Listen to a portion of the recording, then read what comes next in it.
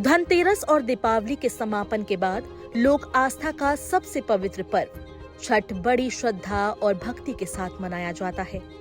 ये पर्व कुल 4 दिनों तक चलता है और इसकी हर एक विधि का अपना विशेष महत्व होता है। पहले दिन की शुरुआत नहाए खाए से होती है, जब व्रती स्नान करके शुद्ध भोजन ग्रहण करते हैं और आने वाले दिनों के लिए स्वयं को तैयार करते हैं। दूसरे दिन खरना का आयोजन होता है। इस दिन व्रती पूरे दिन निर्जला उपवास रखते हैं और शाम को गुड़ और चावल की खीर बनाकर पूजा करने के बाद प्रसाद ग्रहण करते हैं। तीसरे दिन का विशेष महत्व है क्योंकि इस दिन अस्त होते सूर्य को अर्घ अर्पित किया जाता है। भक्तगण नदी, तालाब और घाटों पर एकत्र होकर छठी मैया और सूर्य देव की आराधना करते हैं। इस अवसर पर वे अपने परिवार की सुख समृद्धि और संतान की लंबी उम्र की कामना करते हैं।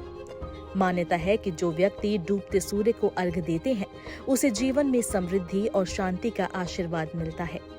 चौथे और अंतिम दिन उगते सूर्य को अर्घ देने की परंपरा निभाई जाती है, जिसे उषा अर्घ कहा जाता है। ये दिन नई ऊर्जा, आशा और जीवन में सकारात्मक शुरुआत का प्रतीक माना जाता है। ऐसा विश्वास है कि छठ पूजा के दौरान सच्चे मन से सूर्यदेव की उपासना करने से सभी मनोकामनाएं पूर्ण होती है।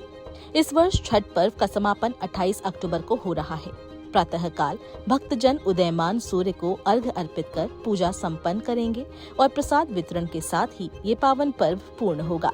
आइए जानते हैं आपके शहर में सूर्योदय कब होगा।